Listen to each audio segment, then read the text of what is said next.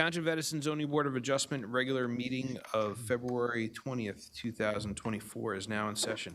Adequate notice of this meeting as required by the Open Public Meetings Act of 1975 has been provided by the annual notice published in the Home News and Tribune on December 18th, 2023, has been posted in the main lobby of the municipal complex on December 18th, 2023. Please join me in the Pledge of Allegiance to the flag. Allegiance to the flag, United States of America, to the republic for which it stands, one nation, under God, indivisible, with liberty and justice for all. Madam Secretary, roll call, please. Ms. Shaw? Here. Mr. Ayotte? Here. Mr. Chabra? Here. Mr. Cerrito? Here. Mr. Barone? Here. Mr. Sadaha? Here. Vice Chair O'Gorman? Here. And Chairman Gumbo. Here. Madam Secretary, minutes for consideration. January 30th, 2024 for approval. Can I get a motion to approve? Motion to approve. Second. Motion made by Mr. Sadada, seconded by Mr. Cerrito. Roll call, please. Mr. Cerrito? Yes on the motion. Mr. Chabra? Yes the motion. Mr. Barone? Yes on the motion. Mr. Sadaha? Yes on the motion. Vice Chair O'Gorman? Abstain, I wasn't here. Okay. And Chairman Gumbo. Yes on the motion. All right. A few announcements. KZ 32, 2023, Sanjay Thakar at 38 Jonathan Drive. It's improper notice, so renotice is required. KZ 28, 2023, Shirish Patel, 239 West Street, improper notice, renotice is required. KZ 10, 2023, Edison Muslim Community Center at 157 and 159 Plainfield Avenue. Improper notice. Notice is required to newspaper only. It's being carried to March 26, 2024. All right. Good evening, ladies and gentlemen. This is a regular meeting of the Edison Township Zoning Board of Adjustment. This board is composed of Edison Township residents who are appointed by the municipal council. They volunteer their time and service to the board. The municipal land use law requires that members successfully complete a land use training course administered by the New Jersey Department of Community Affairs. This board also holds in-house training conducted by our board professionals. The zoning board abides by the provisions of the municipal land use law, in addition to our board's bylaws. The zoning board is a quasi-judicial land use board which differs from the township planning board. Under municipal land use law, board members are required to be impartial and are not allowed to discuss any case prior to its consideration before the board at a hearing. All applicants will have the opportunity to present their case before the board, with the opportunity for board members and board professionals to question the applicant and their witnesses. At the conclusion of the applicant's presentation of their case, the case will be opened up to the public.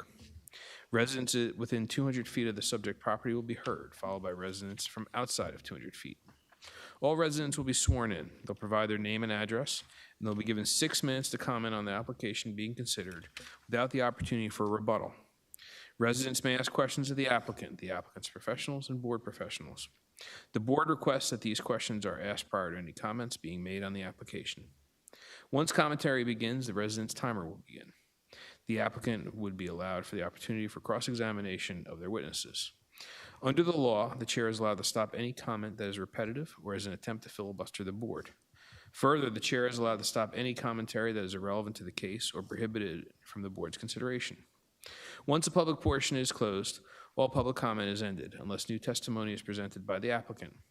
Following the closure of the public portion, the applicant will have the right of summation on their application. Following summation, the case will go to the board for a decision. This procedure has been followed by the board and is similar to the procedures followed by boards of adjustment statewide.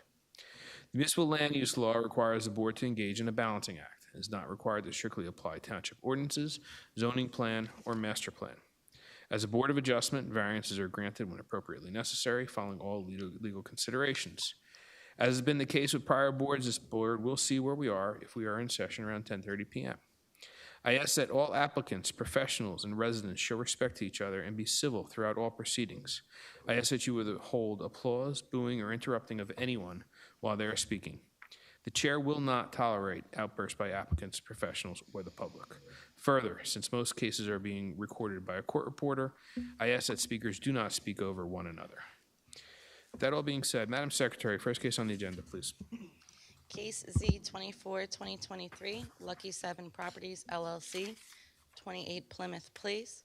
Applicant is seeking bulk and use variances to construct a second-story addition on the existing single-family dwelling.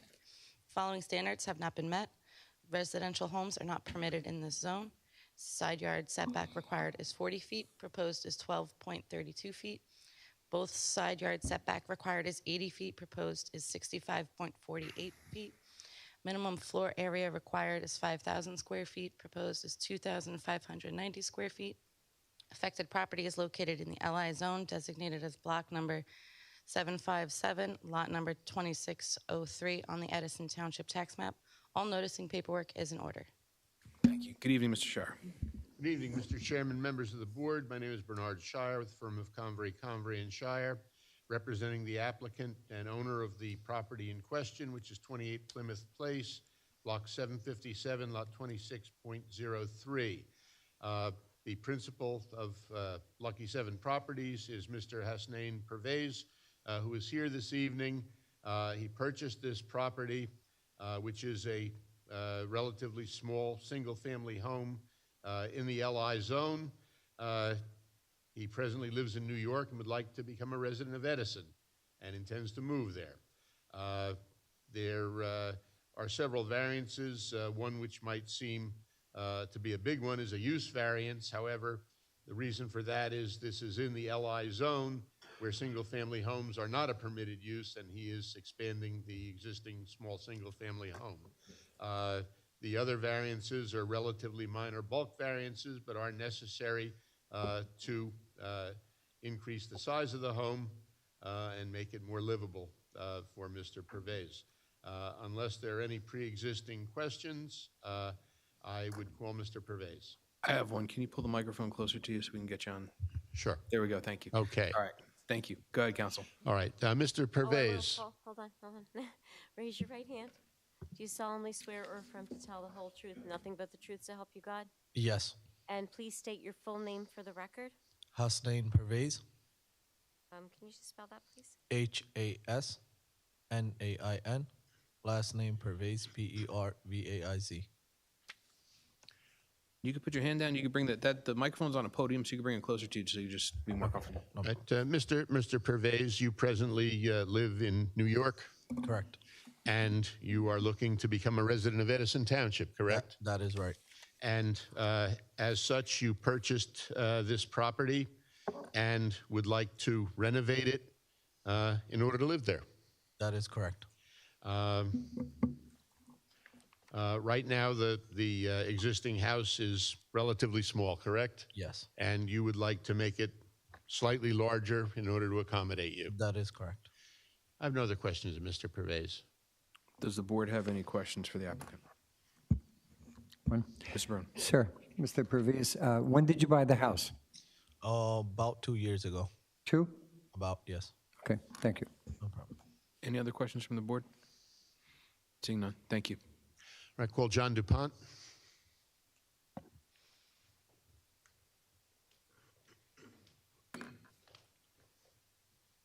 Mr. DuPont, would you raise your right hand? Do you solemnly swear or affirm to tell the whole truth, nothing but the truth, so help you God? I do. And just state your full name for the record. John Paul DuPont. And Mr. DuPont, if you just give me a summary of your qualifications, please. I am a professional engineer in the state of New Jersey, as well as a professional planner. I'm also a certified municipal engineer. I've served in that capacity for about 30 years now. 25 of the last, I've been the planning and zoning board engineer for the borough of Carteret. I've done private work throughout the state, including in front of this board. And you want to be qualified as both a planner and engineer? That's correct. Okay. All right. And both licenses are current and in good standing. They are. All right. We'll accept you. Thank you. Thank you. Thank you. Mr. DuPont, you were hired by the applicant to prepare the engineering plans for this project. That's correct. And could you please tell me or tell the board, the condition of the property as it presently exists? So we're talking about 28 Plymouth Place. It's block 757, lot 2603. The existing property currently has a single-family home on it. The home's in poor to disrepair. It has a detached garage and several concrete walkways on the property. If you'd like me to continue on to the proposed. Yes, please tell the board what is proposed. So, and I think we've handed out 11 by 17s to the board, and I do have a mounted plan as well. But if we look at sheet 1, just to talk a little bit about, the applicant is proposing to maintain the existing foundation, but expand the single-family home by squaring off the unit. So they will, again, keep the existing foundation. The existing detached garage and driveway will remain in place, but the concrete walkways to the rear will be removed. That is it. It will still be, Mr. DuPont, 1 second. Are you talking about the 2 sheets that were provided today, the site improvement plan? I am. That wasn't part of the original application? It's exact copies of the submitted plans, but this board likes to get 11 by 17s handed out, so I brought those for the board. Okay, so they're the same as the plans already in the application? Yes. Okay, all right, thank you. So that's the project. The applicant is looking to modify the existing single-family home for his own use to live in. There are several existing violations I like to go through, and then a couple of new ones. From an engineering standpoint, just a couple of side notes. This project maintains the same grading as existing. It reduces the impervious coverage from existing, and there's no other proposed structures. So we're not subdividing, we're not adding another dwelling. This is simply modifying the one single-family home. Now, as far as variances go, there are several existing and then a couple proposed. So a minimum lot area in the LI zone, the lot area is required to be 80,000 square feet. This existing lot is 10,053 square feet. That will not change. The minimum lot width in this zone is 150 feet. The existing lot width is 95. That will, again, will not be changed. The front yard setback, this zone requires 50 feet. The existing home is 9.4. That will remain. The side yard setback, for one side, it's required to be 40 feet. Currently, it's 12.9. Under proposed conditions, it's 12.3. So this is about 6 inches close to the sideline for constructability purposes. That's just squaring off that foundation. The side yard setback for both sides in the zone is required to be 80 feet. Currently, it's 66.1. Under proposed conditions, it becomes 65.48. Again, that's that same 6 inches where we square out the foundation. Accessory buildings. There's a detached rear garage in the rear. The side yard setback for an accessory structure in this zone is 40 feet. Currently, it's 18.5, and that will remain. The accessory rear yard setback requires 50 feet. That garage is on the property line. There is 0-foot setback, and that will remain. The other new variance, the minimum gross floor area for all levels in this zone, again, we're talking about the LI, so it's a little unusual, is 5,000 square feet. Our single-family dwelling total is 2,590 square feet, so we're actually smaller. We're not looking for expanded FAR. We're actually about half the size is required in the zone. Again, that's only because it's an LI zone. We're proposing a single-family house.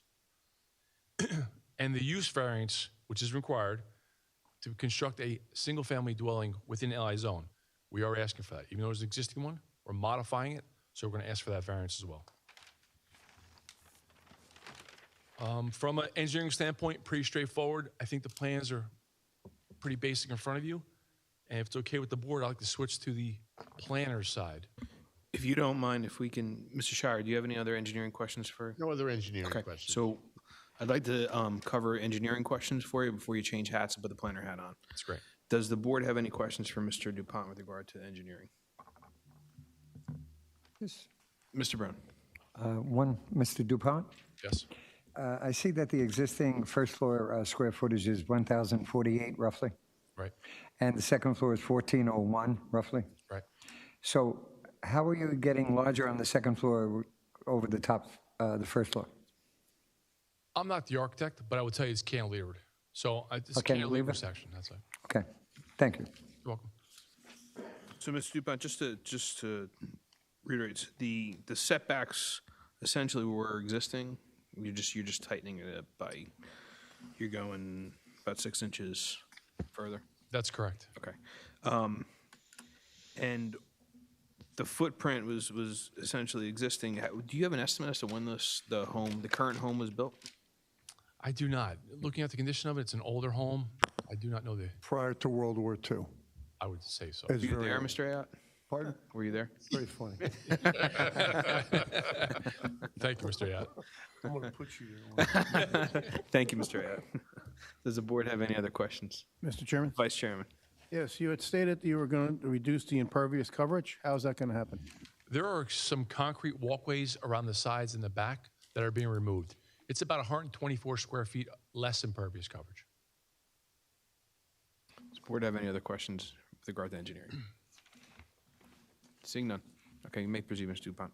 Okay, so from a planning standpoint, first we'll talk about the use variance. So the construction of a single-family dwelling within the LI zone requires a use variance. Because we feel the single-family home is existing and we're simply modifying it, we think the proofs should be a little less restrictive. This house has existed. There's been no negative impacts on surrounding properties. We know of no negative impacts on your master plan or your zone map. And the fact that it has existed for this long without any violations or issues with respect to its use, we think it satisfies both the positive and negative criteria for the use variance. So we'd like to extend that use. With respect to bulk variances, just the existing ones first. The minimum lot area, the minimum lot width, the front yard setback, the accessory side yard and rear yards. Those are all existing violations that we're not increasing, not expanding, not making any worse. They've been there for years. The building right now, if you compare the single-family home for this project to a single-family home in a residential zone, say in Edison, the setbacks here are much larger than what you typically see around Edison. Instead of 4 or 8 feet, we're 12 plus feet, and we're not going to make anything more restrictive than those. So we respectfully request the existing violations to be granted as well. Now, there are 3 new variances that we'd like to talk about in a little more detail. The minimum side yard setback, one side. You've heard me say it was 40 feet required, 12.9 feet is existing, 12.32 feet is proposed, about 6 inches less. Minimum side yard, both sides, 80 required, 66.1 feet existing, 65.48 proposed. Again, there's our 6 inches, a little closer to the property lines. And the minimum gross floor area. Required, 5,000 square feet, minimum of all floors combined. We're about 2,590 square feet, so we're about half the size. If we look at those 3 bulk variances, we look at a balance test, positive, negative criteria when we look at that. We feel we have an existing foundation that we're going to utilize in our new modification. We're not subdividing here and building a new single-family home. We're taking an existing dwelling, we're squaring it off. Our applicant wants to live there himself. This is someone who wants to move to Edison, has found a property, is not overdoing it, not building too large of a structure, not getting too close to the side and free yard setbacks as we see on occasion. This is a applicant who is building the right size home in the right location. The applicant, again, wants to move from New York into Edison and likes the community. We feel it's very minimal relief needed, only an additional 6 inches. Again, the existing setbacks, just because of where we are, this is much more significant setbacks than you normally have in your residential areas. As far as the size, the total gross floor area, it sounds unusual. Usually we come to the board for a floor area ratio where we're over by 5 or 10%. This, we're about 50% allowed. So we're half the size of what's allowed, just again because of the LI zone. So we feel our house matches the residential nature and character of Edison.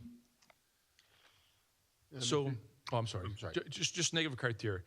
We looked at the negative criteria. I checked your zone map, your master plan. We looked at the history of the property. We looked at the area. I don't believe there's any negative impact by this project. I think there could be granted, your board can grant these variances easily. No negative impact to your zone plan, your master plan. Your benefits of this project significantly outweigh any detriment. I don't think there is any detriment. I think this is a good application for the applicant as well as Edison. And that concludes my planning. So, Mr. DuPont, based upon the fact that this is pretty much a minor enhancement of an existing single-family home already located in the LI zone, and that the proposed new bulk variances are essentially de minimis, can these variances be granted without any substantial detriment to the public good and without any substantial detriment to the zone plan and zoning ordinance? Absolutely. No other questions? Thank you. Does the board have any questions or planning questions for Mr. Dupont? I'll kick it off. So, Mr. Dupont, did you take a look at? I know we've just from memory of the area and applications we've had come before us. We've had similar applications within the neighborhood. Residential located in the LI zone. Do you have any numbers as to how many residential homes are located in this neighborhood that are in the LI zone? I drove the neighborhood. I've seen them. I do not have specific numbers. I'm sorry, I don't have total numbers. Okay. All right. Does the board have any questions? Mr. Brown. Mr. Dupont, in the application, is a remodel of the first floor also included? Yes. The So entire is it house. a total house remodel? Yes. Great. Thank Board, you. board have any other questions? Mr. Chairman, Vice Chairman. are you going to do anything with the existing detached garage? Should we ask our applicant?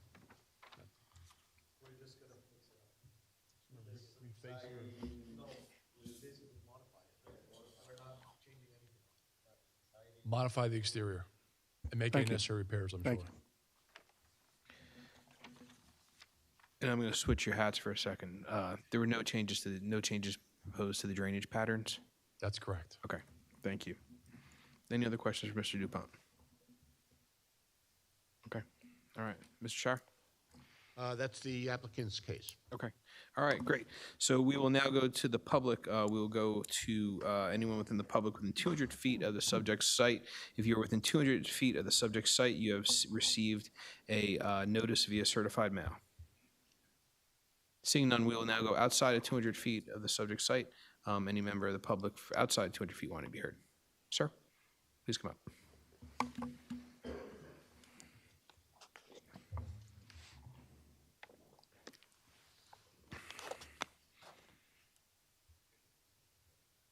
Thank you. Sir, would you raise your right hand? Thomas Leckie, Would you raise your right hand? Do you solemnly swear or affirm to tell the whole truth, nothing but the truth, so help you God? I do. Okay, please state your full name and provide your address. Thomas Leckie, Lecky, Netherwood Circle. Your address. Apparently, Sir, your This- your pardon me? address, you said Featherwood Circle. Is there a number? I'm sorry, I can't hear. Is there a number? You said Featherwood Circle. Is there a number? Netherwood. Featherwood? I didn't hear what he said. What street do you live on, sir? Netherwood Circle, Okay. No number. What number? 53. Thanks, sir. Okay. You may proceed. You have 6 minutes. Nice. Okay. Apparently, this lot has some existing limitations, building it in the what's called the existing footprint. I'm all for, because then your side setbacks meet the existing conditions. You're not changing anything. However, I'm not for variances where you need to go and change or ask for your approval to change the system. What do you want to call it? A standard, a guide, a construction methodology, whatever, for your plan for this house. I'm all for construction as well as long as it is smart construction, going and building within the guidelines that Edison has set up. You all are versed in them. There's all kinds of standards and all to build anything here in this state, in this country, on this planet.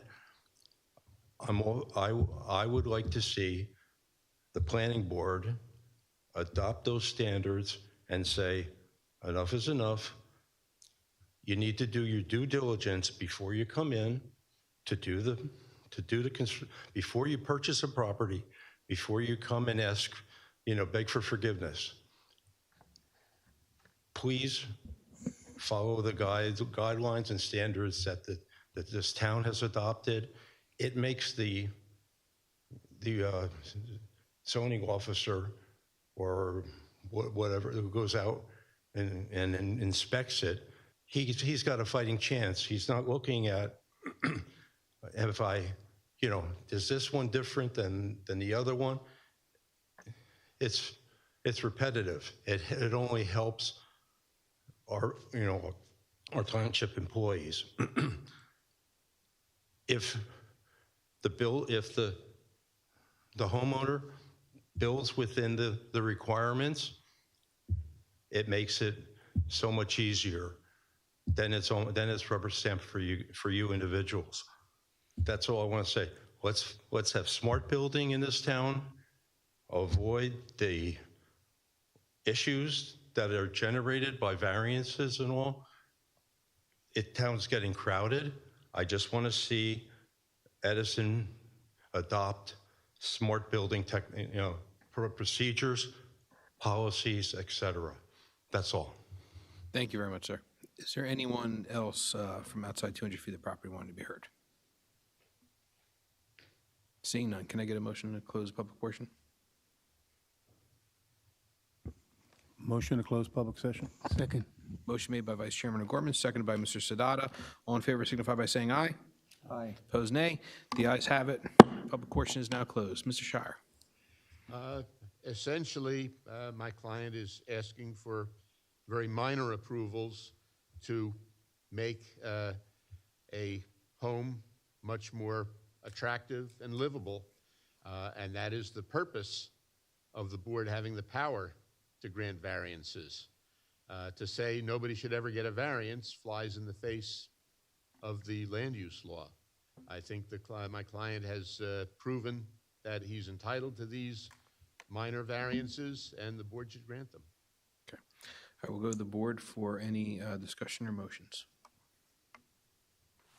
Mr. Chairman, Vice Chairman O'Gorman. I'd like to make a motion to approve this application based on the existing structure has been there for well over 50 years. The existing footprint and the setbacks are de minimis. There's no negative impact on the master plan or zoning plan. It's in an existing LI zone. The grading plan will be improved, and the impervious coverage will be reduced. And the project will enhance the neighborhood. Second. Motion made by Vice Chairman O'Gorman, seconded by Mr. Sadada. Roll call, please. Mr. Cerrito? On the motion? Mr. Chabra? Yes to the motion. Mr. Barone? Before I answer, Madam, I just want to say to Mr. Leckie that when you were making your remarks, I respected very much your concern about current building standards, codes, and compliances. And I want you to know that they would be required as of 2024, whatever code requirements exist today, to do whatever they're going to do. So you can be assured it's going to be with the approval of the township. I just want to say that in your behalf. I thank you for your comments. Yes on the motion. Mr. Sadaha? Yes on the motion. Vice Chair O'Gorman? Yes. And Chairman Kemba? I will add that the applicant has met the negative and positive criteria worthy of a approval. I believe that it will be a benefit to the property owner in addition to being a benefit to the neighborhood. While it is a use variance, I believe that the planner has made the case worthy of approval. And the other variances are rather de minimis in nature. And I vote yes on the motion. Thank you. Unanimous, case is approved. Congratulations. Thank you very much. All right. Good to see you all. Madam Secretary, do we have any further business to come before the board this evening? That'll be all, Chairman. I'll reiterate my question before Mr. Shire interrupted me. Madam Secretary, do we have any business come before the board this evening? That'll be all tonight, All Chairman. right. Can I get a motion to adjourn? Motion to adjourn. Second. Motion made by Vice Chairman O'Gorman, seconded by Mr. Cerrito. All in favor signify by saying aye. Aye. Opposed, nay. The ayes have it. Board stands adjourned until February 27th, 2024 at 7 p.m. Thank you and good evening.